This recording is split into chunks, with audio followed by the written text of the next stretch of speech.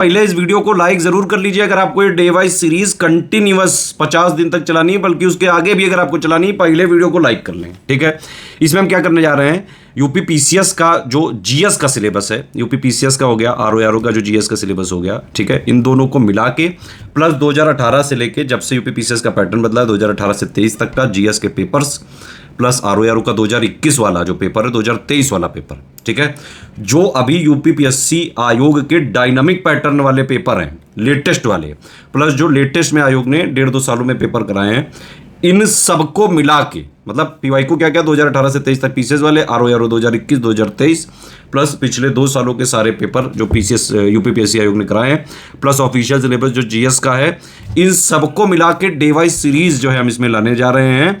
और इसमें करीबन पूरे जीएस के सिलेबस से 600 टॉपिक निकालेंगे, मोस्ट इंपॉर्टेंट वाले।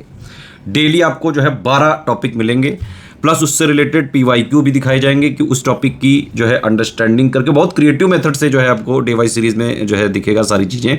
तो सिर्फ मेन चीज़ें बताएंगे जो एग्जाम में एग्जैक्टली पूछी जाती है। ठीक है, तो टॉपिक का रिवीजन चलेगा, पीवाईक्यू से कनेक्ट करके दिखाया जाएगा आपको इसी वीडियो में और आगे वाले वीडियोस में। ठीक है, और इसके अलावा कुछ क्वेश्चंस भी आपसे पूछे जाएंगे, आप उसका आंसर जरूर दीजिएगा।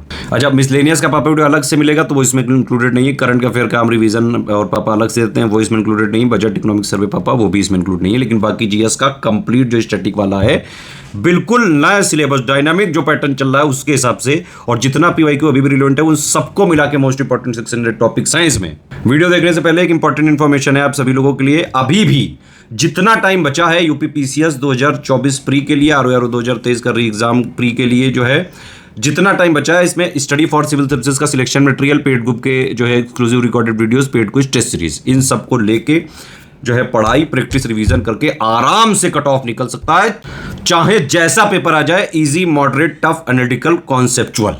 आरओ 2023 का री एग्जाम का प्री प्लस मेंस, यूपीपीसीएस 2024 का प्री प्लस मेंस, 2025 यूपीपीसीएस का भी प्री प्लस मेंस का ग्रुप हमारा चल रहा है, यूकेपीएससी मेंस का भी ग्रुप चल रहा है, आप उसमें एडमिशन ले सकते हैं, बीओ का भी ग्रुप चल रहा है, उसमें एडमिशन लेके सिर्फ और सिर्फ सिलेक्शन वाली तैयारी कर सकते हैं। बाकी एक और जो है कई सारे स्टूडेंट की डिमांड थी कि कोई ऐसा कोर्स लाया जाए जो काफी कम प्राइस में हो। रिकॉर्डेड जो वीडियोस का एक हमने सिर्फ बैच लॉन्च किया है आरओ के लिए, कंप्लीट प्री का 200 नंबर का, जीएस प्लस हिंदी का प्लस करंट अफेयर, सिर्फ 800 में मिल जाएगा आपको।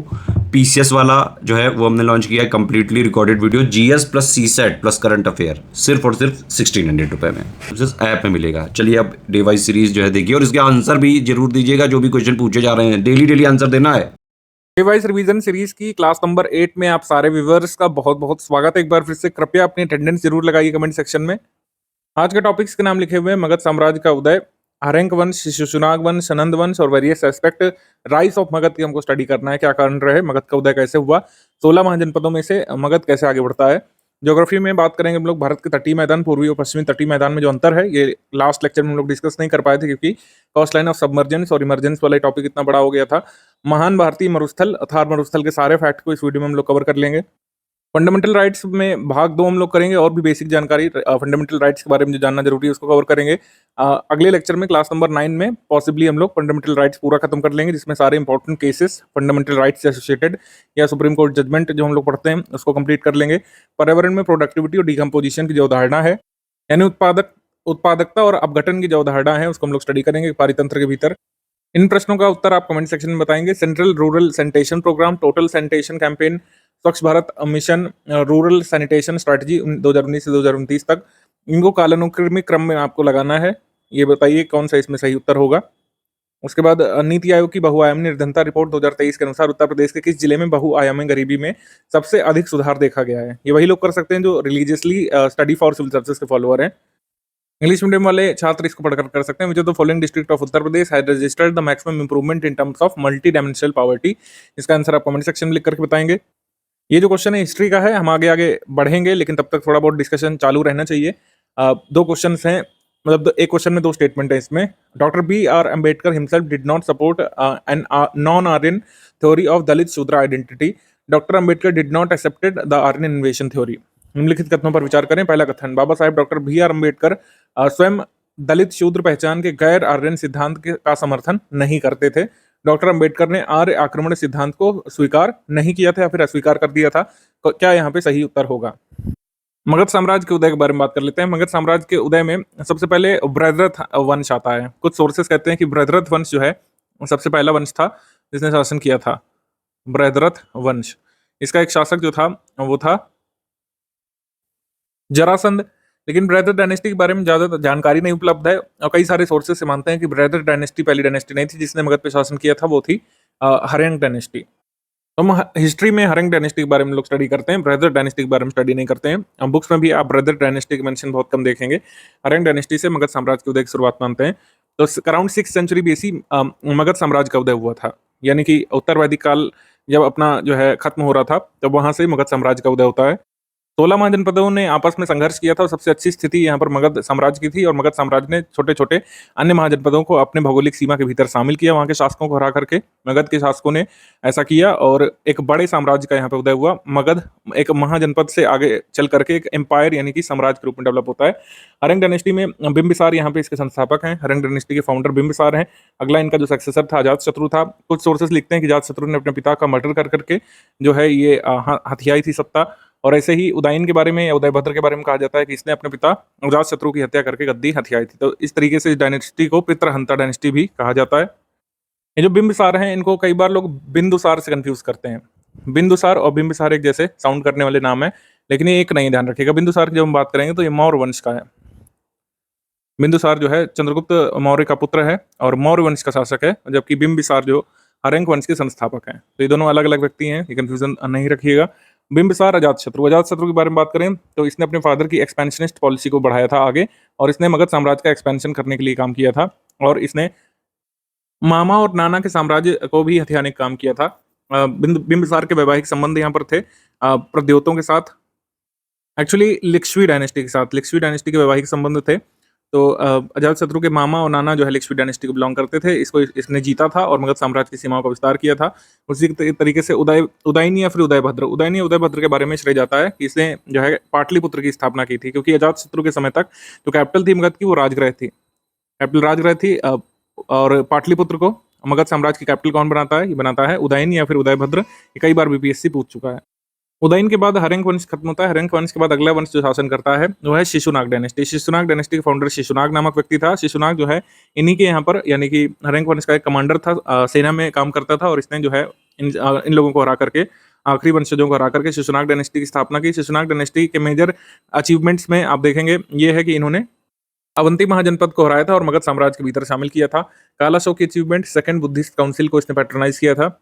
जब हमने बुद्धिस्ट काउंसिल पढ़ी थी पिछली क्लासेस में तो सेकंड बुद्धिस्ट काउंसिल हमने पढ़ा था काला अशोक के समय में हुई थी। तो काला अशोक ये वही है शिशुनाग डायनेस्टी के शासक। सेकंड बुद्धिस्ट काउंसिल इसके समय में, फर्स्ट बुद्धिस्ट काउंसिल हुई थी इसके समय में, अजातशत्रु के समय में, और फिर थर्ड होगी अशोक के समय में, और फिर कनिष्क कुषाण वंश के शासक के समय में। तो क्रोनोलॉजी यहाँ पर हमेशा क्लियर रखना है। तो पहली डायनेस्टी हम लोग स्टडी कर रहे हैं, इसके बाद के जो शासक आएंगे वो सभी इनसे नए होंगे। तो पहली डायनेस्टी हिस्ट्री में प्राचीन भारत में जो हम लोग स्टडी करते हैं एज अ डायनेस्टी वो हर्यंक डायनेस्टी ही होती है। अच्छा, ये चीज़ मैं आपको क्यों बता रहा हूँ, थोड़ा सा टाइम जरूर वेस्ट हो रहा होगा लेकिन अवधारणाएं समझना जरूरी है। जैसे क्वेश्चन अगर आ जाए, जैसे अभी रिसेंट पेपर देखेंगे, ये सवाल आया था एग्री सर्विसेज के पेपर में। खैर एग्री सर्विसेज में ज्यादातर एग्रीकल्चर वाले हैं, लेकिन as a person of UPPCS की तैयारी करने वाला छात्र अगर इसको देखेगा तो किस तरीके से, किस अप्रोच के साथ इस सवाल को हल करेगा। इसमें लिखा हुआ है कि युद्ध संघर्ष जो हुए थे उनको सही कालानुक्रम में व्यवस्थित करना है, नहीं सबसे पहले से लेकर सबसे अंतिम तक। सबसे पहला युद्ध कौन सा हुआ, सबसे बाद में कौन सा हुआ, उसको क्रम से लगाना है। अब आप कहेंगे कि ये तो बड़ा कठिन है सवाल, एक तो प्राचीन भारत का है, उसमें ईयर क्लियर नहीं होते हैं, तो कैसे करेंगे इसको। ऑब्वियस सी बात है, कोई भी हिस्ट्री का अच्छा पढ़ा हुआ व्यक्ति होता है जिसके कॉन्सेप्ट क्लियर हैं, तो वो देखता कि हम किन शासकों के बारे में बात कर रहे हैं। तो यहाँ पर शक और सातवाहन शासकों के बारे में बात कर रहे हैं, यशोधर्मन मेरुकुल के बारे में बात कर रहे हैं, अजातशत्रु और लिक्ष्मियों के बारे में बात कर रहे हैं, स्कंदगुप्त और हूण शासकों के बारे में बात कर रहे हैं, स्कंदगुप्त यानी गुप्त वंश। तो बस यहाँ पर अगर आपको ये क्लियर है कि सबसे पहली डायनेस्टी जिसने शासन किया था मगध पर वो अजातशत्रु था, मतलब हर्यंक डायनेस्टी का बिंबिसार था, बिंबिसार का पुत्र अजातशत्रु था। तो ऑब्वियस सी बात है कि किसी भी चार ऑप्शंस में से सबसे पहला युद्ध किसके बीच हुआ होगा, अजातशत्रु और लिक्ष्मियों के बीच हुआ होगा, जो कि उसके मामा नाना का क्षेत्र था लिक्ष्मियों का। तो हम लोग कह सकते हैं कि सबसे पहले यहाँ पे थर्ड आएगा। थर्ड यहाँ पर सबसे पहले आएगा और कोई आ ही नहीं सकता है, क्योंकि सबसे पहली डायनेस्टी जिसने मगध पर रूल किया ये यही थी। तो वो सबसे पहले यहाँ पर आ जाएगा थर्ड। तो आप देखिए ये सारे ही ऑप्शन एलिमिनेट हो गए हैं, केवल थर्ड बच रहा है। ठीक है, तो इस तरीके से कई बार अवधारणा आपकी अगर क्लियर है तो आप सही सवाल कर सकते हैं बिना सारे फैक्ट याद किए हुए। अजातशत्रु लिक्ष्मी संघर्ष सबसे पहले हुआ था, उसके बाद कोई भी हुआ होगा, जो कि सारी डायनेस्टीज हर्यंक डायनेस्टी की बात की है। फैक्चुअल की बात हो गई, अब कंसेप्चुअल की बात करेंगे। जो ये मगध साम्राज्य की सफलता कैसे हुई? मगध साम्राज्य 16 महाजनपदों में से सबसे बड़ा साम्राज्य कैसे बना, बाकी क्यों नहीं बन पाए? सबसे पहला है भौगोलिक स्थिति का लाभ। भौगोलिक स्थिति का लाभ मिला था। ज्योग्राफिकल कंडीशंस और ज्योग्राफिकल सिचुएशंस ऐसी थी कि स्ट्रैटेजिक इंपॉर्टेंस का ये फील्ड था और इसका लाभ मिला मगध को। रणनीतिक स्थिति मजबूत थी क्योंकि यहाँ पर समृद्ध लौह भंडार थे। समृद्ध लौह भंडार से दो चीजें हुई, एक एग्रीकल्चरल इक्विपमेंट्स बनाए गए और दूसरा हथियार बनाए गए, और जो दूसरे महाजनपद के लोग नहीं बना पाए। किसी भी क्षेत्र में अगर आप हैं, ज्योग्राफिकल लोकेशन में आपके क्षेत्र में मिनरल्स वगैरह पाए जाते हैं, फर्टाइल लैंड है, तो उसका फायदा मिलता है, जैसे मगध को मिला था। तो मगध सेना के पास उच्च गुणवत्ता वाले हथियार थे। जैसे अजातशत्रु ने दो अलग तरीके के हथियारों का प्रयोग किया था, महाशिलाकंटक और रथमूसल का प्रयोग किया था। ये हर बुक में दिया रहता है। राजधानी राजगढ़ 5 पहाड़ियों से घिरी हुई थी। प्राकृतिक रूप से ही इसकी किलेबंदी थी, यानी फोर्टिफिकेशन की जरूरत ही नहीं थी। नेचुरली ही ये जो नेचुरल फ्रंटियर्स हैं उनसे प्रोटेक्टेड थी। 5 तरीके की पहाड़ियों से राजगृह घिरा हुआ था, जो कि मगध साम्राज्य की आरंभिक राजधानी थी। पाटलिपुत्र जो उदयन के काल से राजधानी बनी थी, गंगा और सोन नदियों के संगम पर अवस्थित थी और व्यापार वाणिज्य के लिए मार्ग यहाँ पर उपलब्ध था।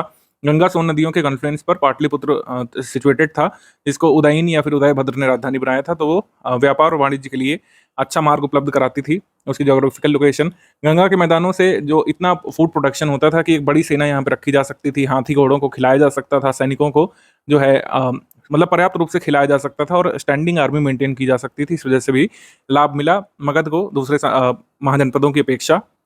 बड़े पैमाने पर घोड़ों की अपेक्षा हाथियों का उपयोग किया गया था। मगध के प्रतिद्वंदियों ने घोड़ों का प्रयोग किया था, इस वजह से वो युद्ध में पिछड़ जाते थे कई बार। जैसे हमने यहाँ पर एक डायनेस्टी अभी छोड़ दी थी, इसीलिए नंद डायनेस्टी। नंद डायनेस्टी ने सक्सीड किया था कालाशोक को। तो नंद डायनेस्टी के फाउंडर महापद्म नंद थे और ऐसा इतिहास में लिखा जाता है करीब 9 शासकों ने शासन किया था, लेकिन हम मेजर 2 के बारे में पढ़ते हैं। एक महापद्म नंद जो फाउंडर थे और एक अंतिम शासक घनानंद या धनानंद, जिसको हरा करके, जिसको मार करके चंद्रगुप्त मौर्य ने मौर्य वंश की स्थापना की थी चाणक्य के साथ मिलकर के। ठीक है, तो महापद्म नंद जो है ये काफी उग्र शासक थे। काफी ज्यादा इन्होंने एक्सपेंशन किया था मगध साम्राज्य का। इन्होंने कलिंग जीता था, कलिंग को जीता था और मगध का जो साम्राज्य है इसको आगे नॉर्थ ईस्ट में और ईस्टर्न इंडिया में पूरा फैला दिया था। नंद डायनेस्टी के बारे में ध्यान रखिएगा कि एक नॉन क्षत्रिय वंश था, नॉन क्षत्रिय डायनेस्टी थी। एक बार एग्जाम में आ चुका है बीपीएससी में, विच of the following was the first ever non Kshatriya dynasty. तो ये नंद डायनेस्टी एक नॉन क्षत्रिय डायनेस्टी थी जिसने मगध पर शासन किया था। एक और फैक्ट घनानंद के बारे में पूछते हैं कि जब अलेक्जेंडर का इन्वेशन हुआ था, अलेक्जेंडर का यहाँ पे आक्रमण हुआ था, तो उस समय भारत का शासक कौन था? तो वो था घनानंद या फिर धनानंद, जो भी आपके ऑप्शन में मिल जाए। अलेक्जेंडर इन्वेशन के समय घनानंद यहाँ पर मगध का शासक था। और दूसरी बात यह है कि बिंबिसार, अजातशत्रु, महापद्म नंद ये ऐसे शासक थे अपनी अलग अलग पर्टिकुलर डायनेस्टी में जिनका उद्देश्य था अपने साम्राज्य को आगे बढ़ाना और बड़े साम्राज्य के रूप में परिवर्तित होना। तो ये इनका लक्ष्य भी था और इसके लिए इन्होंने प्रयास भी किए। तो इस वजह से भी मगध साम्राज्य का उदय हुआ था एक बड़े साम्राज्य के रूप में। महाजनपद काल संबंधी महत्वपूर्ण तथ्य, तो मगध की ही बात कर रहे हैं। मगध महाजनपद काल में जो महत्वपूर्ण तथ्य, ये इसको देखेंगे और उस समय की सोशियो पॉलिटिकल, ज्योग्राफिकल, इकोनॉमिक, ये सब कंडीशंस को भी स्टडी कर लेंगे। ठीक है, नए नगरों का उद्भव हुआ था। ऐसे महानगर अब उदय होने लगे थे। नगर तो होते ही थे। नगरों की अवधारणा जो है पोस्ट वैदिक पीरियड से आपको देखने को मिलती है, लेकिन महानगर यहाँ पे बनने लगे थे। बड़े नगर, ज्यादा ज्योग्राफी वाइज बड़े नगर यहाँ पे बनने लगे थे जहाँ पर ज्यादा फैसिलिटीज उपलब्ध थी। तो महानगर उपजे थे। महानगर कौन कौन से होते थे? जैसे काशी, श्रावस्ती, कौशाम्बी, ये महानगर की श्रेणी में आते थे। और राजधानी नगर कौन कौन से होते थे? जैसे राजगृह आरंभिक राजधानी थी, पाटलिपुत्र बाद में राजधानी बनी थी। पूरा बनने लगे थे। किलेबंद नगर यानी फोर्टिफाइड सिटीज, इनको पूरा या पुर या फिर नगर कहा जाता था या पुर नगर कहा जाता था। पूरा इसको एक टर्म दे सकते हैं। तो पूरा was basically a fortified town. पूरा was basically a fortified town, ये ध्यान रख सकते हैं। जैसे आपसे पूछे फोर्टिफाइड टाउन के लिए टर्म क्या यूज किया जाता था, तो पूरा। निगम क्या होते थे? ये बाजार नगर होते थे। और नागरक क्या होता था? छोटा नगर होता था, नागरक। तो ये आपको क्लियर हो गया। उसके बाद आ जाते हैं नए व्यापारिक मार्गों का उदय हुआ था, क्योंकि व्यापार वाणिज्य पर काफी फोकस किया था मगध के शासकों ने। तो उत्तरापथ जो है तक्षशिला से राजगृह तक जाता था। बाद में ताम्रलिप्ति बंदरगाह जो ईस्टर्न कोस्ट ऑफ इंडिया में है, eastern coast of India Bengal में, वहां तक ये उत्तरापथ जाता था। तो तक्षशिला ये पाकिस्तान का रेंज हो गया। पाकिस्तान से लेकर के फाइनली ये बे ऑफ बंगाल के अराउंड ताम्रलिप्ति बंदरगाह तक ये उत्तरापथ जाता था। इसका मैप भी दिखा देंगे आपको नेक्स्ट क्लास में। वैसे जरूरी नहीं है, इतना ध्यान रखिएगा। जैसे उत्तरापथ का विस्तार कहाँ से कहाँ तक है, मान लीजिए एग्जाम में आ जाए। जैसे अभी बीपीएससी के टीचर रिक्रूटमेंट एग्जाम में पूछा था आपसे कि दक्षिणापथ का विस्तार कहाँ से कहाँ तक है। तो दक्षिणापथ बेसिकली पेनिनसुलर इंडिया, और या फिर कह सकते हैं विंध्याचल पर्वत रेंज से लेकर के कृष्णा नदी के बीच का जो क्षेत्र है उसको दक्षिणापथ कहा जाता था हिस्ट्री में। तो नए व्यापारिक मार्गों का उद्भव जो है किस काल में हुआ था? महाजनपद काल में हुआ था, ये ध्यान रखिएगा। उत्तरापथ और दक्षिणापथ जो है इन पर काफी अच्छा व्यापार होने लगा था और जो शासक सत्ता में होते थे वही इसको कंट्रोल करते थे। इकोनॉमी का डेवलपमेंट हुआ था, बार्टर सिस्टम से आगे बढ़ करके सिक्कों में व्यापार होने लगा था। आहत सिक्के यानी पंच मार्क्ड कॉइन्स चलते थे। Punch marked coins generally silver के बने होते थे, इसके अलावा कॉपर कॉइन्स भी चलते थे। तो सिल्वर कॉपर कॉइन चलते थे, पंच मार्क्ड कॉइन्स यहाँ पे शुरू हो गए थे। गिल्ड या फिर व्यापारिक समूहों का उदय हुआ था। व्यापारिक संगठन जो है श्रेणी कहे जाते थे। जैसे इस बार एग्जाम में आया भी था, श्रेणी क्या थे, व्हाट वर स्टडीज, ये 2018 में आया था पीसीएस पेपर में, प्रीलिम्स में। व्हाट वर स्टडीज, तो study was basically association of viewers और एसोसिएशन ऑफ ट्रेडर्स या फिर गिल्ड इसको कह सकते हैं, जो इंग्लिश टर्म है गिल्ड। व्यापारिक समूह होते थे या फिर जो है कारीगरों के समूह होते थे, शिल्पकारों के समूह होते थे। शिल्पकार और व्यापारी अपने अपनी श्रेणी में संगठित हो गए थे। सेठी या फिर सेठ एक उच्च स्तरीय व्यवसायी होते थे। और वेसा या व्यापारिक अड्डे या व्यापारियों का निवास वेसा कहलाता था, जहाँ कारीगर और व्यापारी एक निश्चित भौगोलिक सीमा के भीतर निवास करते थे, उसको वेसा या वेसास कहा जाता था। इसको इंग्लिश में इस तरीके से लिखते हैं, वेसास। अब पॉटरी के बारे में बात करें तो पॉटरी जो है painted grey ware PGW culture से शिफ्ट होकर के नॉर्थ ब्लैक पॉलिश्ड वेयर पे आ गई थी। तो महाजनपद काल की जो पॉटरी है वो क्या है, एनबीडब्ल्यू फेज है, यानी कि नॉर्दर्न ब्लैक पॉलिश्ड वेयर है। और प्रशासनिक अधिकारी, जैसे पहले क्या होता था कि पोस्ट वैदिक पीरियड में एक शुल्क लगता था बलि, लेकिन वो ओकेजनल होता था, रेगुलर इंटरवल पर, मैंडेटरी तौर पर नहीं लगता था। लेकिन अब बलि का जो है ये मैंडेटरी बना दिया गया था, क्योंकि इतनी बड़ी सेना रखने के लिए, उसको खिलाने पिलाने के लिए, युद्ध वगैरह करने के लिए और रिसोर्सेज क्रिएट करने के लिए पैसे की जरूरत होती थी। तो यहाँ पे बलि कर जो है चार्ज किया जाने लगा था। और 1/6 ऑफ द प्रोड्यूस जो है ये फार्मर्स को एज अ टैक्स देना पड़ता था, पेड बाई पीजेंट्स। कम्मिका जो है ये सीमा शुल्क अधिकारी होते थे, यानी कि एक्साइज ऑफिसर्स महाजनपद काल में। कम्मिक यानी सीमा शुल्क अधिकारी। टोल ऑफिसर्स, टोल यानी चुंगी जमा कराने वाले अधिकारी होते थे। शुल्काध्यक्ष और राजभाट यात्रियों के जीवन और संपत्ति की सुरक्षा करने के लिए नियुक्त किए जाते थे, राजभाट। और बलि अध्यक्ष या बलयाध्यक्ष ये होते थे बलि कर संग्रहकर्ता, बलि कर को कलेक्ट करने वाले अधिकारी बलि कर संग्रहकर्ता या बलि अध्यक्ष कहलाते थे या बल्याध्यक्ष कहलाते थे।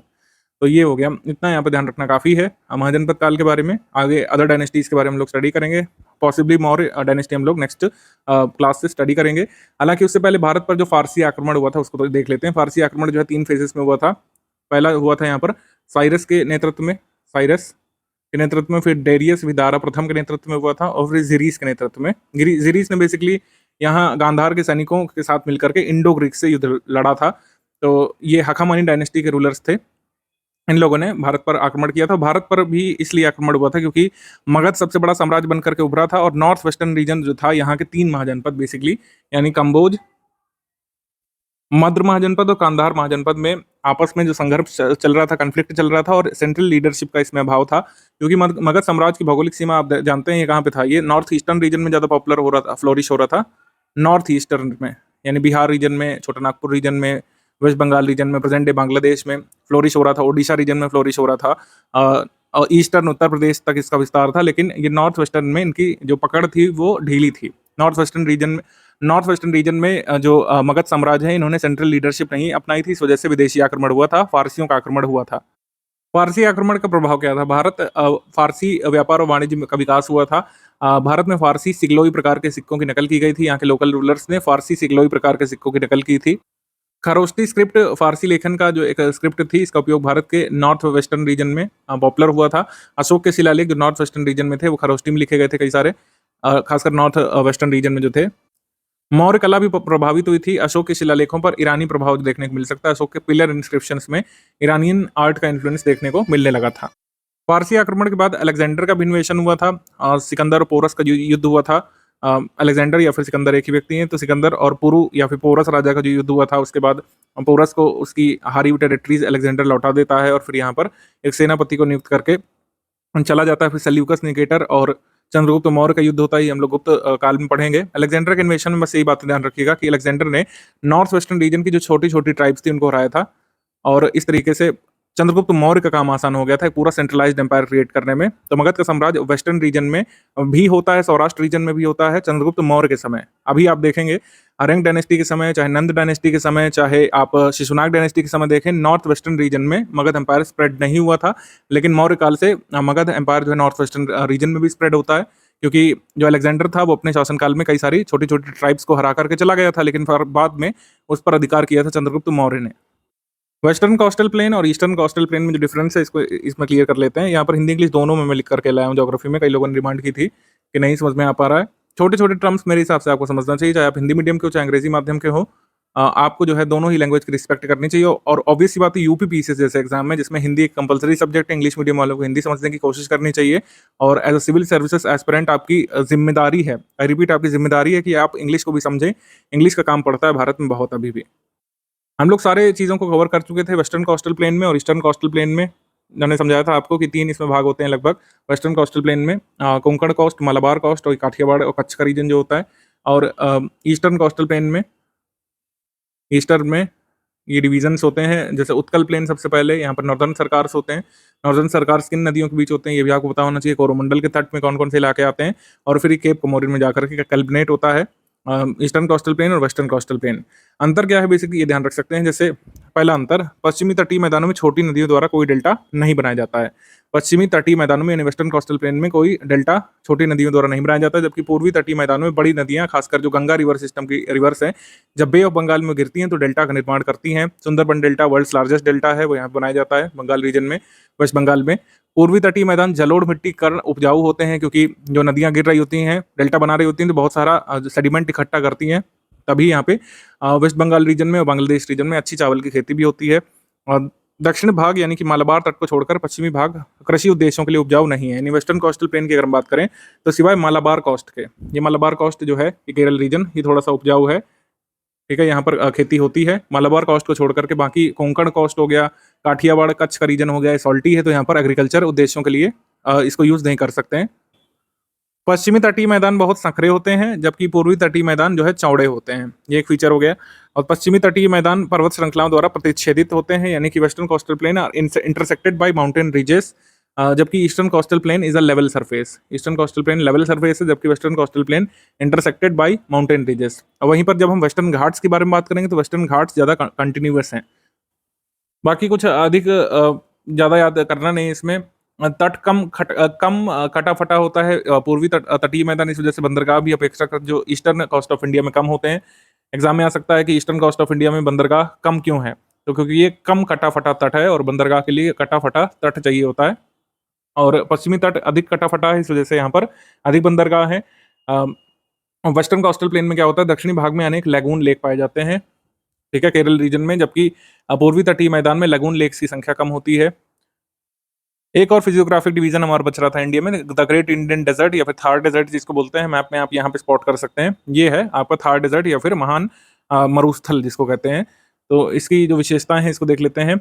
इसको इसी तरीके से मैंने लिखा है लाइन बाय लाइन, क्योंकि ये स्टेटमेंट फॉर्म में ज़्यादा आने की संभावना है, इसमें ज़्यादा डायग्राम वगैरह मैंने नहीं फोकस किया है। थार मरुस्थल का जो वर्ग किलोमीटर है इतना है, करीब 2 लाख वर्ग किलोमीटर से ज़्यादा विस्तृत एक शुष्क क्षेत्र है, यानी कि ड्राई एरिया है। प्लीस्टोसीन और उसके बाद के अवसाद का क्षेत्र है, ये 2018 में पूछा गया था कि it is an extension of Pleistocene deposits and further deposits.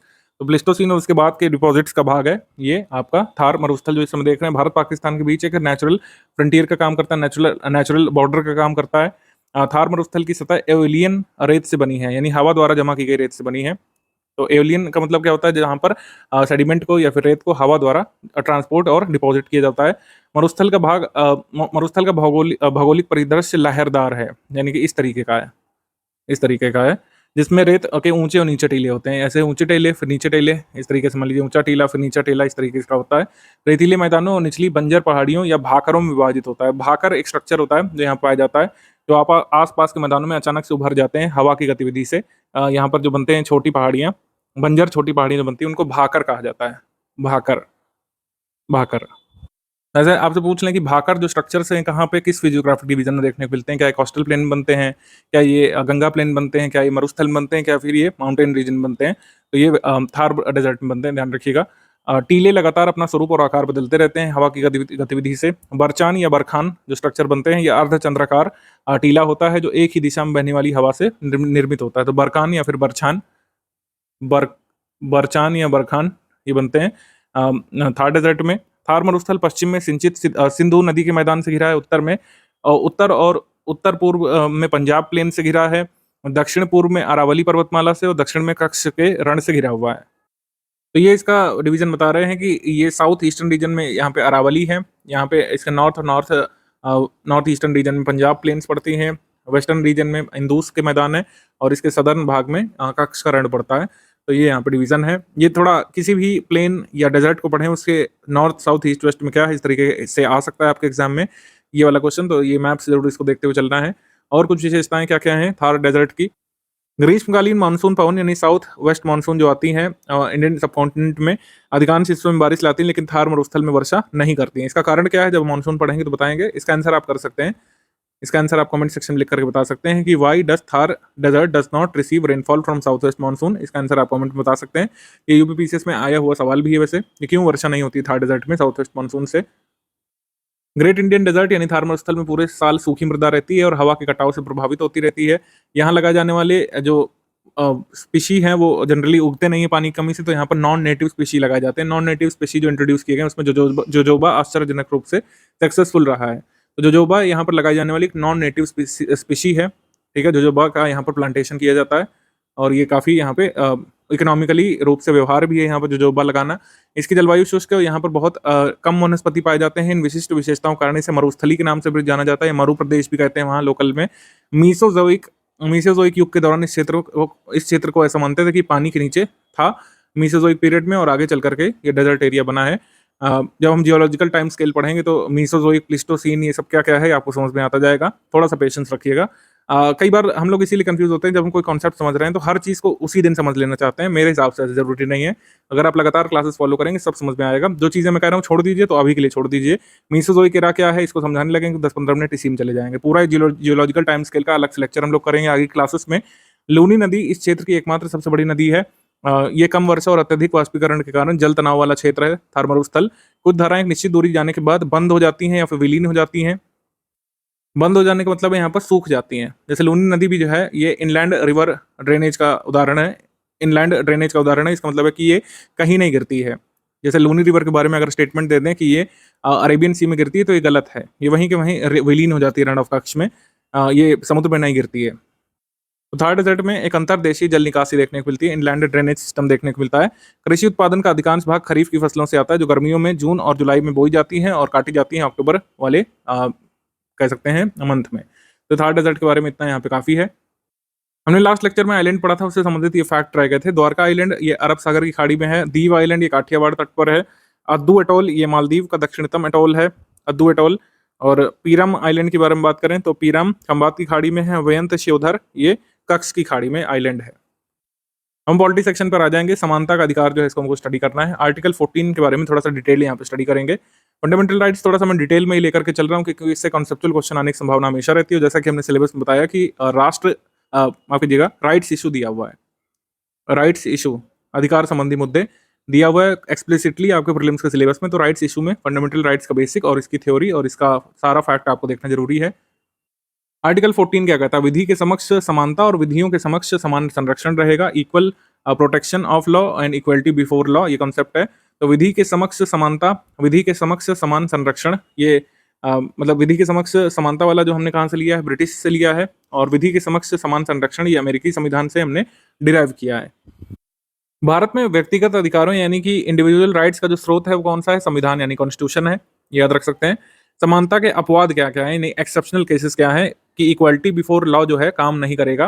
किन किन परिस्थितियों में इक्वालिटी बिफोर लॉ एक्सेप्ट हो जाता है यानी कि काम नहीं करता है। जैसे राष्ट्रपति और राज्यपाल अपने आधिकारिक कार्यों के लिए न्यायालय के प्रति उत्तरदायी नहीं होते हैं। कभी भी आपने नहीं देखा होगा कि किसी राज्यपाल या फिर राष्ट्रपति पर उसके जो ऑफिशियल टेन्योर में जो उसने कार्य किए थे उसके लिए उन पर किसी न्यायालय में मुकदमा चल रहा है, ऐसा कभी आपने देखा होगा क्योंकि मुकदमा दायर नहीं किया जा सकता है। तो ये इक्वालिटी बिफोर लॉ के एक्सेप्शनल केस के रूप में है कि किसी भी राज्यपाल या राष्ट्रपति पर उसके ऑफिस ऑफ टेन्योर में यानी कि उसके आधिकारिक कह सकते हैं टेन्योर के दौरान जब तक उसने अपने पद पर रहते हुए कोई काम किया तो उसके खिलाफ मुकदमा नहीं चलाया जा सकता है किसी के भी द्वारा।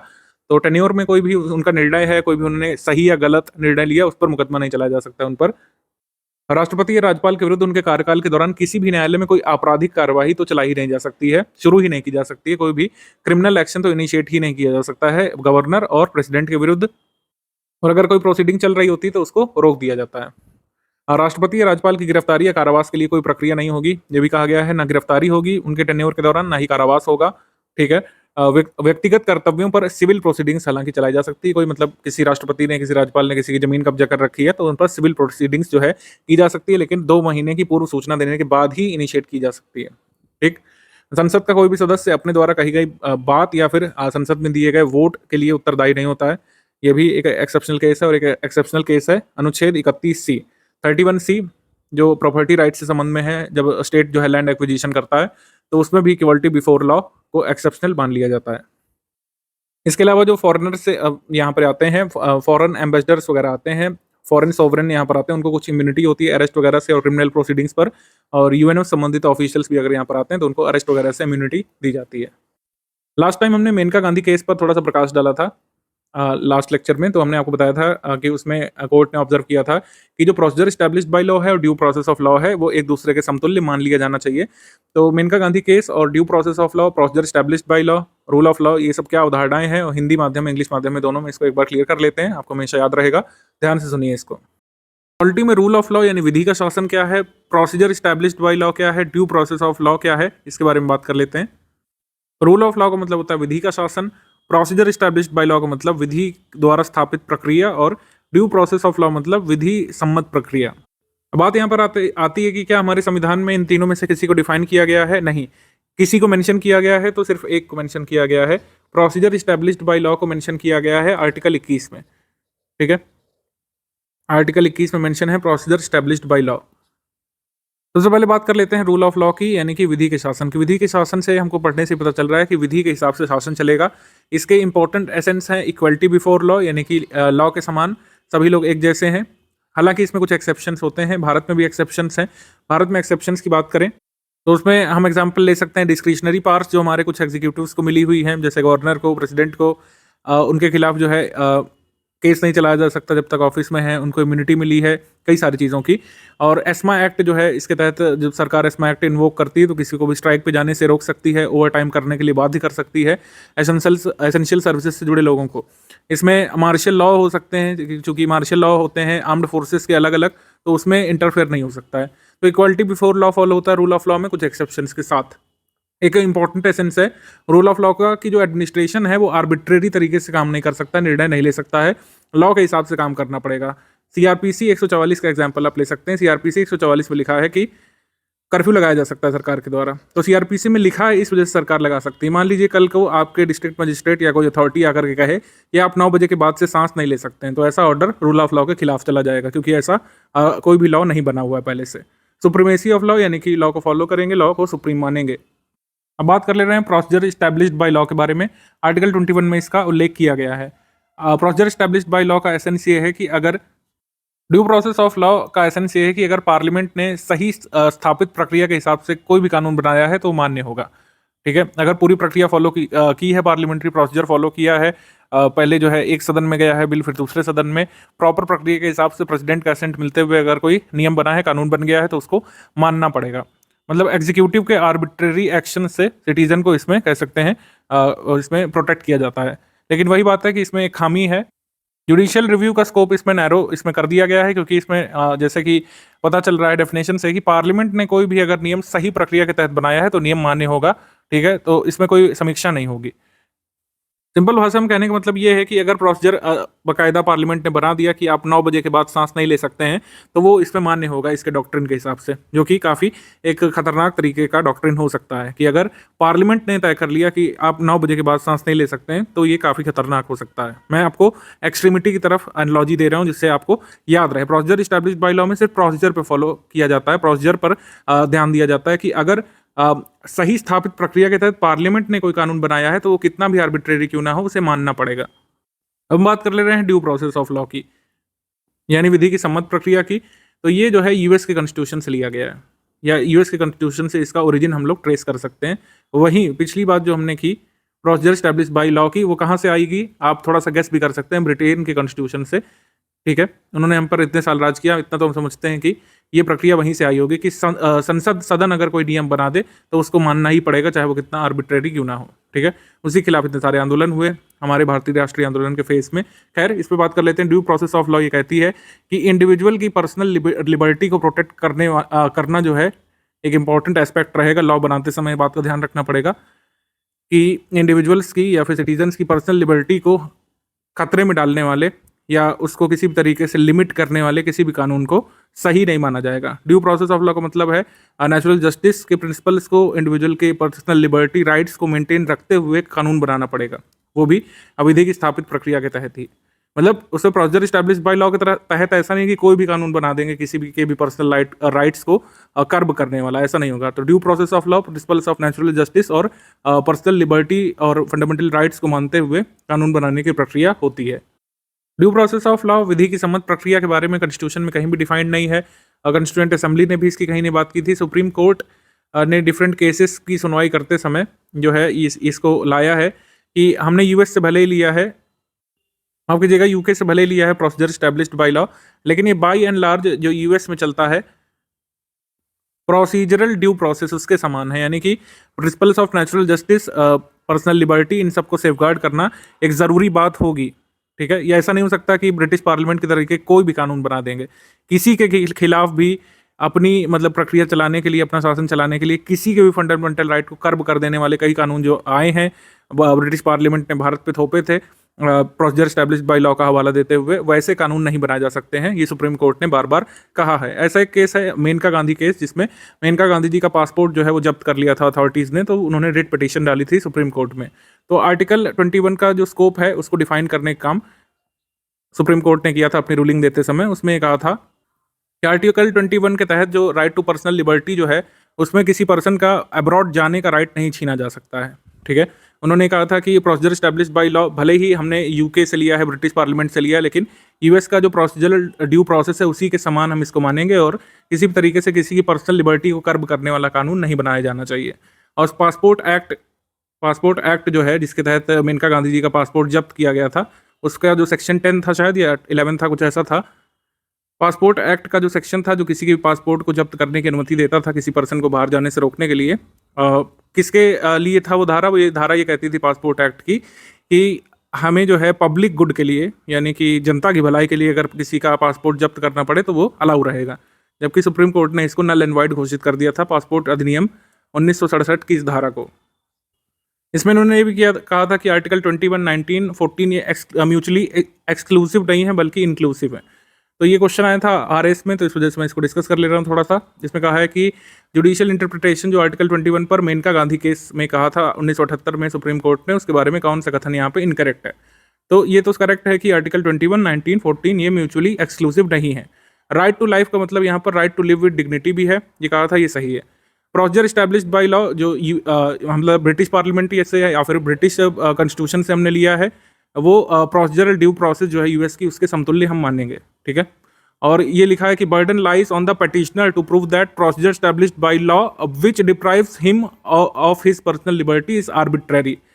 जिसमें ये कह रहा है कि सुप्रीम कोर्ट ने कहा था कि ये जो पटिशनर है उसके ऊपर है, यानी कि जो केस लेकर के आया उसके ऊपर है कि वह साबित करेगा कि आर्बिट्ररी ढंग से उसकी पर्सनल लिबर्टी को छीना जा रहा है, जबकि ऐसा नहीं है। सुप्रीम कोर्ट ने कहा था कि ये प्रूव करने की जिम्मेदारी सरकार या फिर उस अथॉरिटी की है जो पर्सनल लिबर्टी को कर्ब कर रहा है, उसकी अथॉरिटी है कि वो डिफाइन करें कि क्यों पब्लिक गुड में आवश्यक है कि किसी पर्सन की स्वतंत्रता को छीना जाए। तो ये स्टेटमेंट आपका रॉन्ग हो जाएगा। यही हमारे क्वेश्चन का आंसर था। आई होप अब काफ़ी हद तक क्लियर हो गया होगा आपको प्रोसीजर स्टैब्लिश्ड बाय लॉ क्या है, ड्यू प्रोसेस लॉ क्या है, प्रोसीजरल ड्यू प्रोसेस क्या है, ठीक है, और ड्यू प्रोसेस ऑफ लॉ क्या है। एक पारिस्थितिकी तंत्र में उत्पादकता क्या होती है, प्रोडक्टिविटी, इसको देख लेते हैं हम लोग। उत्पादकता या प्रोडक्टिविटी हम कैसे मेजर करते हैं? हम जनरली जैसे अपनी प्रोडक्टिविटी देखते हैं कि स्टडी प्रोडक्टिव कैसे होगी, यानी कि अगर हमने कम समय में ज़्यादा चीज़ें पढ़ी तो हमारी स्टडी प्रोडक्टिव होती है। तो वैसे ही इकोसिस्टम में प्रोडक्टिविटी का पैमाना है किसी भी पारिस्थितिकी तंत्र में या पारितंत्र में कार्य करने और उसे बनाने रखने के लिए सौर ऊर्जा का निरंतर इनपुट मूलभूत आवश्यकता होती है। ये बेसिक बात है, हमने आपको बताई थी एनवायरमेंट या इकोसिस्टम पढ़ते समय कि अल्टीमेट सोर्स ऑफ एनर्जी किसी भी इकोसिस्टम में क्या होता है, सन या फिर सोलर एनर्जी होता है। सोलर एनर्जी या फिर सन किसी भी इकोसिस्टम को मेंटेन रखने के लिए परमावश्यक है। आप ऐसे मानिए कि चाहे आप जितनी भी सामग्री किचन में इकट्ठा कर लें, अगर सिलेंडर खत्म है तो खाना नहीं बनेगा। तो वैसे ही बायोमास जनरेट नहीं होगा अगर सन या सोलर एनर्जी एब्सेंट होगी। तो प्राथमिक उत्पादन यानी प्राइमरी प्रोडक्शन क्या कहा जाता है? प्रकाश संश्लेषण यानी फोटोसिंथेसिस द्वारा जो ऑटोट्रॉफ्स होते हैं एक निश्चित समय अवधि में प्रति इकाई क्षेत्र में यानी कि पर यूनिट एरिया में जो बायोमास या कार्बनिक पदार्थ या ऑर्गेनिक मैटर उत्पन्न करते हैं उसी को हम लोग बोलते हैं प्राइमरी प्रोडक्शन। इसे भार ऊर्जा में किलो कैलोरी और जो है एम स्क्वायर में इसको व्यक्त किया जाता है, किलो कैलोरी एम स्क्वायर में इसको भार ऊर्जा के पैमाने पर व्यक्त किया जाता है। बायोमास उत्पादन की दर को उत्पादकता या प्रोडक्टिविटी बोलते हैं। इसको इस तरीके से हम लोग विभाजित कर सकते हैं, जैसे किसी पारिस्थितिकी तंत्र की सकल प्राथमिक उत्पादकता यानी कि gross primary productivity, gross primary productivity क्या होगी?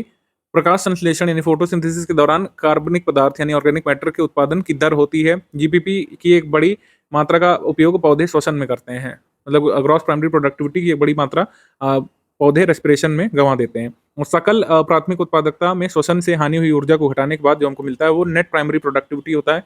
नेट प्राइमरी प्रोडक्टिविटी जो है हेट्रोट्रॉफ्स यानी कि शाकाहारी जंतु और अपघटकों के उपभोग के लिए जो उपलब्ध बायोमास होता है वो होता है। यानी कि जितना भी जो शाकाहारी जंतु यानी हर्बीवोरस हैं या फिर जो मैन वगैरह हैं, मतलब कुल मिलाकर जो कंज्यूमर्स हैं और जो डिकम्पोजर्स हैं, उनके लिए जो उपभोग के लिए जो बचता है बायोमास वो होता है क्या होता है? Net primary production. प्राथमिक उत्पादकता किसी विशेष क्षेत्र में रहने वाली पौधों की प्रजातियों पर निर्भर करती है। कुछ पौधे ज़्यादा फोटोसिंथेसिस करते हैं, ज़्यादा बायोमास क्रिएट कर सकते हैं, और कुछ कम कर सकते हैं। कितने पोषक तत्व अवेलेबल हैं, सौर ऊर्जा कितनी अवेलेबल है, इस पर भी प्रोडक्शन बायोमास का जो है निर्भर करता है। सेकेंडरी प्रोडक्टिविटी की अवधारणा देख लेते हैं। द्वितीय उत्पादकता वह दर होती है जिस पर उपभोक्ता अपने भोजन में उपलब्ध रासायनिक ऊर्जा को बायोमास में परिवर्तित करता है। यानी कि प्लांट खाते हुए, प्लांट से जो बायोमास उत्पन्न हुआ उसका उपभोग करते हुए जितनी रासायनिक ऊर्जा को बायोमास में परिवर्तित करेंगे कंज्यूमर्स, ध्यान रखिएगा कंज्यूमर्स, प्रोड्यूसर नहीं इस बार, कंज्यूमर अपने भोजन को उपभोग करते समय जितना यहाँ पे बायोमास उत्पादन करता है, प्रति किलोग्राम भोजन की खपत पर जितना ग्राम बायोमास उत्पादन करता है उसको सेकेंडरी प्रोडक्टिविटी बोलते हैं।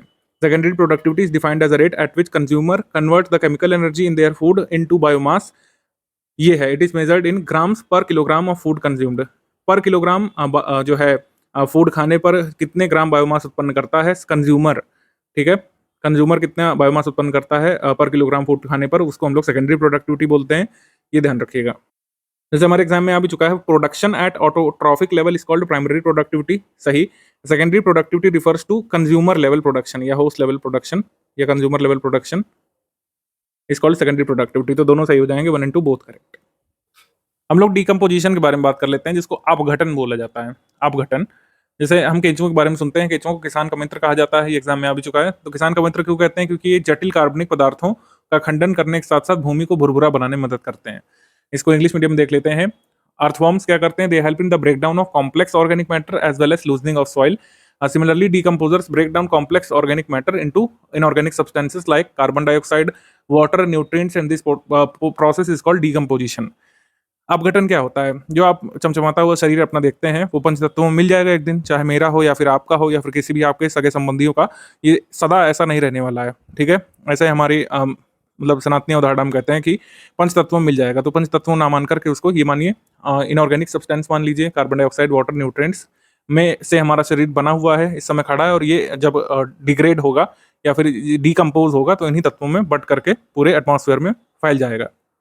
तो उसी प्रोसेस को इसमें कहा गया है। जब कॉम्प्लेक्स ऑर्गेनिक मैटर चाहे लिविंग हो चाहे नॉन लिविंग हो, जब सिंपलर इनऑर्गेनिक सब्सटेंसेस में टूट जाता है, उसी प्रोसेस को हम लोग डीकम्पोजिशन बोलते हैं। Dead plant remains such as leaves, barks, flowers and dead remains of animals including faecal matter constitute detritus which is raw material for decomposition. तो ये है यहाँ पे स्टेप्स क्या क्या होते हैं। सबसे पहले fragmentation, like breaking of detritus into small particles by detritivorous animals. जैसे बड़ा कोई जंतु है, जैसे मान लीजिए आपके बैकयार्ड में कोई जंतु मर गया तो उस पर कीड़े पड़ने लगते हैं, तो कीड़े क्या करते हैं कि उसके शरीर को छोटे छोटे टुकड़ों में तोड़ देते हैं, फिर लीचेशन होता है। Water soluble inorganic nutrients enter the soil layer and get precipitated in the form of available salts. फिर कैटाबॉलिज्म होता है। ये स्टेप्स जो है ध्यान रखिएगा, स्टेप्स का क्रोनोलॉजी में लगाने को आ सकता है। क्रोनोलॉजी हर जगह घुसाने का प्रयास यूपीपीसीएस करता है, तो आपसे कह सकते हैं कि डिकम्पोजिशन का जो स्टेप्स है उनको क्रोनोलॉजी में लगाइए। तो स्टेप नंबर 1 ध्यान रखेंगे, ये है फ्रैगमेंटेशन, दूसरा है लीचेशन, फिर है कैटाबॉलिज्म, फिर ह्यूमिफिकेशन है। ह्यूमिफिकेशन क्या बनता है? ह्यूमस बनता है। ह्यूमस क्या है? ह्यूमस जो है ये एक dark coloured amorphous crystalless substance है जो बनता है dark coloured acidic amorphous substance, acidic amorphous. तो इसको ह्यूमस बोलते हैं। Highly resistant to microbial action, its decomposition occurs very slowly, it is a colloidal in nature and act as a source of nutrients. Humus किस step में बनता है? 4th step में बनता है। फिर humus is again broken down by some microorganism which is called mineralisation. तो humus का मिनरलाइजेशन होता है। तो इस तरीके से यहाँ पे छोटे छोटे एलिमेंट में फिर मिनरलाइज होने के बाद ये कंपाउंड अपने बेसिक फॉर्म में, जैसे कार्बन डाइऑक्साइड, अलग अलग कैल्शियम, जो भी होगा, सल्फर होगा, अलग अलग एलिमेंट में ये बिखर जाते हैं अलग अलग कंपाउंड फॉर्म में। फ्री स्टेट में हो सकते हैं, कंबाइंड स्टेट में हो सकते हैं। तो ये स्टेप ध्यान रखिएगा, 5 स्टेप का प्रोसेस है। फ्रेगमेंटेशन, लिचेशन, कैटाबॉलिज्म, ह्यूमिफिकेशन और मिनरलाइजेशन। डिकम्पोजिशन इस तरीके से होता है। और डिकम्पोजिशन को प्रभावित करने वाले फैक्टर्स कौन से हैं? जैसे डिकम्पोजिशन के लिए हमको ऑक्सीजन जरूर चाहिए। Rate of decomposition is affected by climatic factors and chemical components. Climate जैसा है, जैसे ज़्यादा नमी वगैरह होती है, ह्यूमिडिटी, तो जल्दी डिकम्पोजिशन होता है। If the detritus is rich in chitin and lignin, chitin और लिग्निन में अगर डेट्रिटस ज़्यादा, अगर काइटिन और लिग्निन ज़्यादा है डेट्रिटस में तो डिकम्पोजिशन स्लो होगा। और अगर यहाँ पे नाइट्रोजन ज़्यादा है और वाटर सॉल्युबल सब्सटेंसेस ज़्यादा है तो डिकम्पोजिशन जल्दी होगा। तो ये ध्यान रख सकते हैं। टेम्परेचर और soil moisture greatly affect decomposition. जितना टेम्परेचर होगा, सॉइल मॉइस्चर जितना ज़्यादा होगा, डिकम्पोजिशन उतना ज़्यादा होगा। Sunlight is the main food and basis of life of plants and autotrophic organism and animals. Plants make their food by photosynthesis due to chlorophyll present in their body. In this process, 2 to 10% of the sunlight is used by the plants on the entire earth. जितना मतलब energy आती है, solar energy आती है, उसका 2 से 10% हिस्सा हमारे जो पौधे होते हैं वो बायोमास बनाने में खर्चा करते हैं। बस इतना ही खर्चा करते हैं, ध्यान रखिएगा। ये है, ये प्रक्रिया यहाँ पे दी हुई है डिकम्पोजिशन की, एनसीईआरटी बुक में ही दी हुई है, इसको देख सकते हैं। अब गठन की प्रक्रिया यहाँ पर दिखा रहे हैं कि मृदा में एक वृक्ष उगा है, उससे एक पत्ता गिरता है, तो पत्ता जो है इस पर जो है ये ऑर्गेनिक मतलब ये ऑर्गेनिज्म कुछ काम करते हैं और फिर जब सड़ गल जलता है तो मृदा में इसके सारे पदार्थ शामिल हो जाते हैं। पत्ता जो था वो किसी न किसी चीज़ों से बना होगा, नाइट्रोजन से, सल्फर से, फॉस्फोरस से, कार्बन से, ठीक है, कैल्शियम भी हो सकता है किसी पत्ते में। मतलब सारे एलिमेंट जो हैं वो सारे जो है मृदा में समा जाते हैं, क्योंकि अल्टीमेटली तो टेरेस्ट्रियल इकोसिस्टम में मिट्टी पे ही गिरेगा, फिर मिट्टी में गिरने के बाद उसके पोषक तत्व मृदा में आ जाएंगे और फिर उसको पेड़ यूज़ कर लेगा। तो इस तरीके से ये साइकिल चलती रहती है डिकम्पोजिशन की। हमारे एग्जाम में जो आज हमने पढ़ा इससे क्वेश्चन आ चुके हैं यूपीपीएससी में। जैसे निम्नलिखित में से किस नदी के ऊपरी मार्ग में मीठे जल परंतु निचले भाग में खारे जल का प्रवाह मिलता है? तो ऐसा देखने को मिलता है लूनी नदी में। लूनी नदी के अपर कोर्स में फ्रेश वाटर होता है लेकिन सलाइन वाटर होता है, इसके लोअर कोर्स में, क्योंकि ये कक्ष के रण में जाकर के फाइनली विलीन हो जाती है। विच of the following is true about ecosystem? उत्पादक प्राथमिक उपभोक्ता से अधिक होते हैं। इकोसिस्टम में हमेशा उत्पादक यानी प्लांट्स जो है प्राइमरी कंज्यूमर से ज़्यादा होते हैं, ये ध्यान रखिएगा। प्राथमिक उपभोक्ता उत्पादक पर न्यूनतम रूप से आश्रित हैं, बिल्कुल अधिकतम आश्रित हैं। प्राथमिक उपभोक्ता उत्पादकों से संख्या में अधिक होते हैं, हमेशा कम होते हैं। द्वितीय उपभोक्ता अधिकतम होने के साथ साथ बहुत ही शक्तिशाली होते हैं, गलत। ये टर्सरी कंज्यूमर्स जो है ये होते हैं सबसे शक्तिशाली और सबसे जो है कम होते हैं। टर्सरी कंज्यूमर सबसे कम और सबसे शक्तिशाली होते हैं। तो ये एग्जाम में आ चुका है। तो डे 8 में साइंस सेक्शन के अंदर आज हमारे पास टॉपिक है इम्पॉर्टेंट यूनिट्स। कौन कौन सी क्वांटिटी हैं, उसकी क्या क्या यूनिट होती हैं। सीधे सीधे एग्जाम में पूछ दिया जाता है कि इस चीज़ की यूनिट बता दीजिए क्या है, या इस चीज़ की यूनिट क्या नहीं हो सकती, या फिर मैच दी फॉलोइंग। वो जो भी MCQ हैं वो आगे आपको वैसे पता चलेंगे ही। तो चलिए आगे बढ़ते हैं।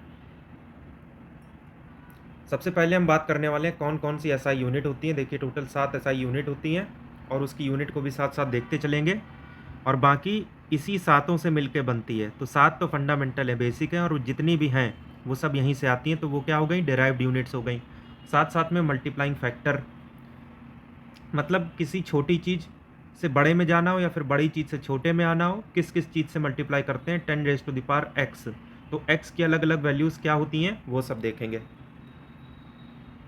तो चलिए फिर शुरू करते हैं। इंपॉर्टेंट फैक्ट के ऊपर हम बाद में आएंगे। ये देखिए 7 फंडामेंटल यूनिट। सबसे पहले लेंथ, उसकी यूनिट है मीटर। मास की है किलोग्राम। फिर समय की है सेकंड। इलेक्ट्रिक करंट की है एम्पियर। थर्मोडाइनमिक टेम्परेचर मतलब ऊष्मगतिक तापमान, ये हिंदी में साथ साथ में आप देखते जाइएगा। तो टेम्परेचर की है केल्विन। अमाउंट ऑफ सब्सटेंस, ये इसकी है मोल। लुमिनस इंटेंसिटी मतलब ज्योति तीव्रता, इसकी है कैंडला। उसके बाद 2 सप्लीमेंट्री यूनिट है, मतलब इसकी डायमेंशन नहीं होती लेकिन यूनिट फिर भी होती हैं। प्लेन एंगल को रिप्रेजेंट करते हैं रेडियन में और सॉलिड एंगल को स्टेरेडियन में। समतल कोण प्लेन एंगल, ठोस कोण सॉलिड एंगल, बाकी आप यहाँ हिंदी में देख सकते हैं। इसके बाद कुछ फैक्ट देख लेते हैं जो कि फंडामेंटल यूनिट से संबंधित है। सबसे पहले लेंथ की बात करते हैं कि अलग अलग कन्वर्जन इसके क्या होते हैं। 1 किलोमीटर में 1000 मीटर होते हैं, ये बात हम सभी जानते हैं। 1 मील में 1.6 किलोमीटर के आसपास होते हैं।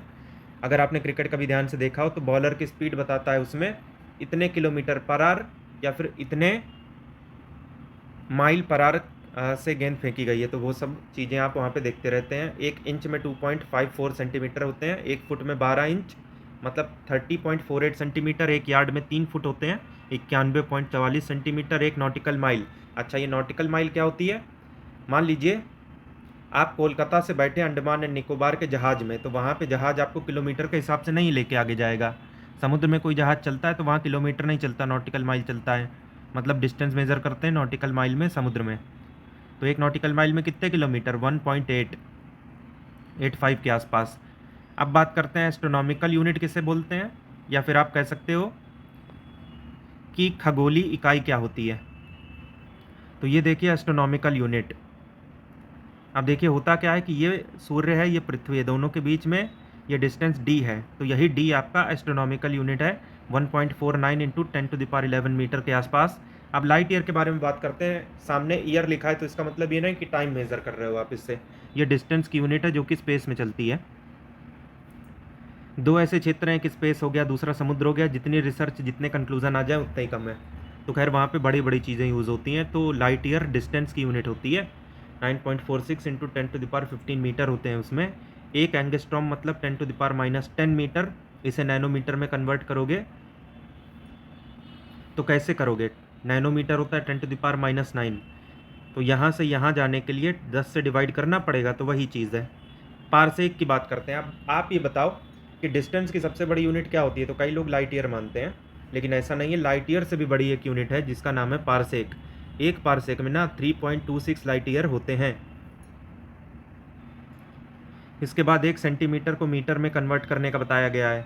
तो 1 मीटर में 100 सेंटीमीटर होते हैं, तो 1 सेंटीमीटर में 10⁻2 मीटर होगा, जाहिर सी बात है।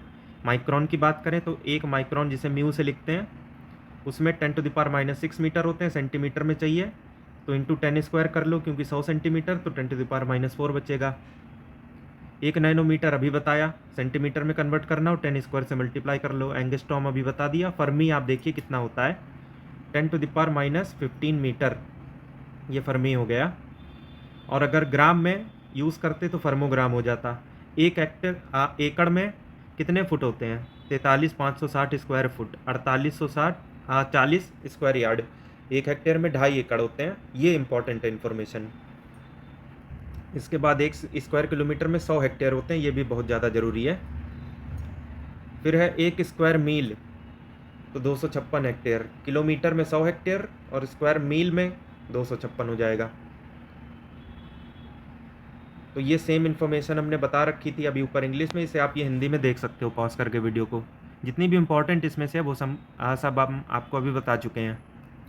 इसके बाद कुछ और फैक्ट यहाँ पे देखते हैं। 1 औंस में कितने ग्राम होते हैं? 28.35। 1 पाउंड में 16 औंस होते हैं। 1 किलोग्राम में 1000 ग्राम होते हैं, ये कौन नहीं जानता। 1 कुंटल में 100 किलो, 1 टन में 1000 किलो। टन को मेट्रिक टन भी बोलते हैं। एक लूनर मंथ में 28 दिन होते हैं, जबकि सोलर मंथ में 30-31 दिन होते हैं। तो हमारा जो कैलेंडर है ना, उसमें कुछ लूनर मंथ भी हैं, कुछ सोलर मंथ भी हैं, जिसमें फरवरी 28 से 29 दिन का होता है, तो ये सोलर मंथ के अंदर आता है। एक लीप ईयर में 366 दिन और नॉर्मल में 365 दिन, ये कौन नहीं जानता। ये इंपॉर्टेंट क्वेश्चन बन सकता है। एक बैरल में कितने लीटर? तो 158.9 मतलब अप्रॉक्सीमेटली 159 लीटर, ये ज़रूरी है। इसके बाद ये सब आप ग्राम में देख लो। पीको में 10⁻12 होता है, अगर मीटर तो m, ग्राम है तो gm, ये हो जाएगा। मिली 10⁻3, माइक्रो 10⁻6, नैनो 10⁻9, फेम्टो 10⁻15। सब कुछ यहाँ मीटर में है, सेंटीमीटर में चाहिए 10 स्क्वायर से मल्टीप्लाई कर दो, सिंपल है। ये सेम चीज़ आप ये हिंदी में देख सकते हो आराम से। अब ये कुछ हमने फॉर्मूले भी लिख रखे हैं, क्योंकि बीओ और आरओ जैसे एग्जाम में डायरेक्ट न्यूमेरिकल इन्हीं फॉर्मूले पर आधारित मिल जाता है आपको। तो एरिया लंबाई इंटू चौड़ाई, वॉल्यूम LBH, या तो फिर साइड का क्यूब हो जाएगा अगर तीनों साइड बराबर हैं। डेंसिटी मास बटे में volume, acceleration change in velocity बटे में time interval, force mass into acceleration. बताइए कौन सा न्यूटन लॉ यहाँ पे लग रहा है? वर्क या फिर energy, force into displacement, power work done बटे टाइम टेकन, प्रेशर फोर्स बटे में एरिया। अब यूनिट इसकी देखते हैं, फॉर्मूले आप यहाँ पे आराम से देख लेना। वैसे भी CSAT आपको देखना है तो उसकी तैयारी करते वक्त फॉर्मूले से आप ज़रूर 2-4 होते होंगे। एरिया की मीटर स्क्वायर, वॉल्यूम की मीटर क्यूब, डेंसिटी की kilogram per metre cube, velocity की मीटर पर सेकंड, एक्सलरेशन की metre per second square, force की newton kilogram per metre second square, sorry kilogram metre per second square. ये तो हो गई force की। इसके बाद वर्क या फिर एनर्जी की जूल होती है या तो फिर न्यूटन इंटू मीटर होती है। पावर की जूल बटे में सेकंड। प्रेशर की पास्कल होती है, ये इंपॉर्टेंट है, या न्यूटन पर मीटर स्क्वायर आप इसको लिख सकते हो। हीट एनर्जी का ही एक रूप है, इस वजह से इसकी भी जूल हो गई। वैसे इसको कैलोरी से ज़्यादातर दिखाते हैं। रेजिस्टेंस की ओम हो गई। इम्पल्स की फोर्स बटे में टाइम है ना, तो न्यूटन फोर्स हो गया और ये बटे में सेकंड। न्यूटन इंटू सेकंड नहीं, न्यूटन बटे में सेकंड। मोमेंटम की किलोग्राम मीटर पर सेकंड ये हो जाएगा, क्योंकि मास बटे में वेलोसिटी है। स्पीड की डिस्टेंस बटे में टाइम, तो मीटर पर सेकंड हो गया। बैरल में कितने लीटर होते हैं अभी बताया है आपको। ये सेम इन्फॉर्मेशन देख लो हिंदी में, वीडियो को पॉज करके आराम से। और कोई भी डाउट लगे बेझिझक पूछिए आप कमेंट सेक्शन में। इसके बाद सीधे आते हैं एमसीक्यू सॉल्व करने। पावर की यूनिट क्या है? वाट। एक हॉर्स पावर भी होती है जिसमें होते हैं कितने वाट? 746 वाट। ये देख लीजिए सेम क्वेश्चन हिंदी में। वर्क की यूनिट क्या है? वही जो एनर्जी की है, जूल। उसके बाद देखिए पारसेक किसकी यूनिट है? तो एस्ट्रोनॉमिकल डिस्टेंस की। लाइट ईयर से भी बड़ी यूनिट है, इनफैक्ट डिस्टेंस की सबसे बड़ी है। यहाँ पे मैचिंग करिए। एक्सलरेशन की metre per second square, work done की जूल, फोर्स की न्यूटन, इम्पल्स की न्यूटन सेकंड। तो इम्पल्स की चीज़ आप क्लियर करिए पहले। तो ये फोर्स इंटू टाइम सही लिखा हुआ है, और न्यूटन इंटू सेकंड ये भी सही है। तो न्यूटन पर सेकंड नहीं है, न्यूटन इंटू सेकंड है, तो ये सही लिखा हुआ है। तो इसका मतलब क्या हुआ कि सामने सामने सही आंसर दे रखा है। तो A1 B2 C3 D4। ये सेम क्वेश्चन आप देख सकते हैं हिंदी में। इसके बाद देखिए अगला, एक बार फिर से मैच दी फॉलोइंग। तो जूल किसकी है? वर्क की। तो A का 3, A का 3 कहाँ है? यहाँ पे। इसको टिक करिए, आगे बढ़िए। इतना ही आसान काम करना होता है आपको एग्जाम में। बाकी एम्पियर होता है करंट का, वाट पावर का, वोल्ट पोटेंशियल डिफरेंस का, और कैलोरी हीट का। अब इसके बाद सेम क्वेश्चन हिंदी में देखिए। करेक्शन है यहाँ पे, पावर का सामर्थ्य नहीं बल्कि शक्ति होगा। इसके बाद देखिए कौन सा नहीं मैच कर रहा है सही से। तो नॉट, स्पीड निकालते हैं शिप की इसमें। नॉटिकल माइल, डिस्टेंस यूज़ करते हैं समुद्र के ऊपर जहाज़ तैराते समय, मतलब नेविगेशन में, ये भी सही है। एंगस्ट्रॉम, वेवलेंथ जो लाइट की निकलती है उसको एंगस्ट्रॉम में निकालते हैं, बिल्कुल सही है। लेकिन लाइट ईयर में आप टाइम नहीं डिस्टेंस मेज़र करते हो, ये गलत है। ये सेम क्वेश्चन हिंदी में देख लीजिए, इसका आंसर है डी।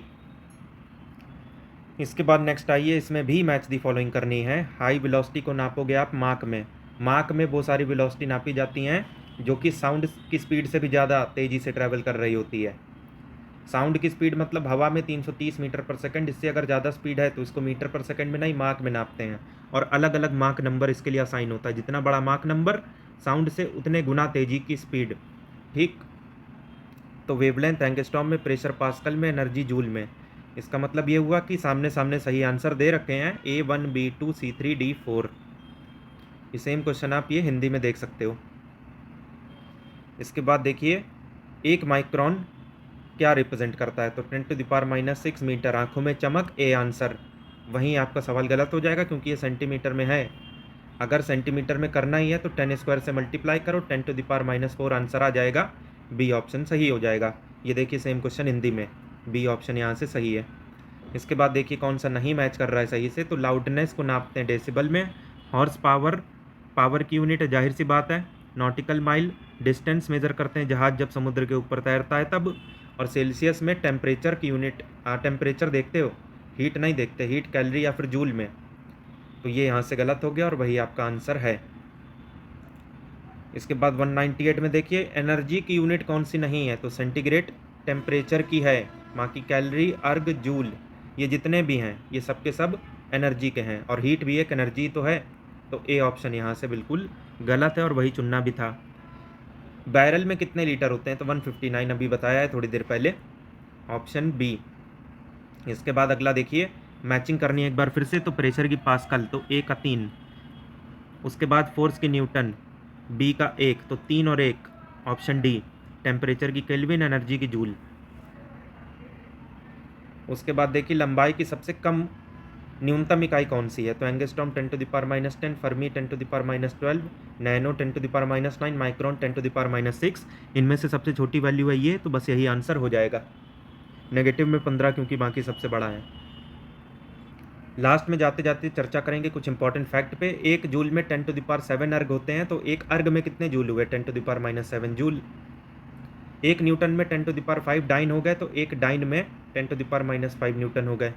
1 हॉर्स पावर 746 वाट होता है इसमें। अच्छा, जो हमारी लेंस होती है चश्मे की, उसकी पावर की यूनिट होती है डायोप्टर, और जो धूप का चश्मा होता है उसमें पावर ही नहीं होती, तो उसकी पावर होगी 0 डायोप्टर।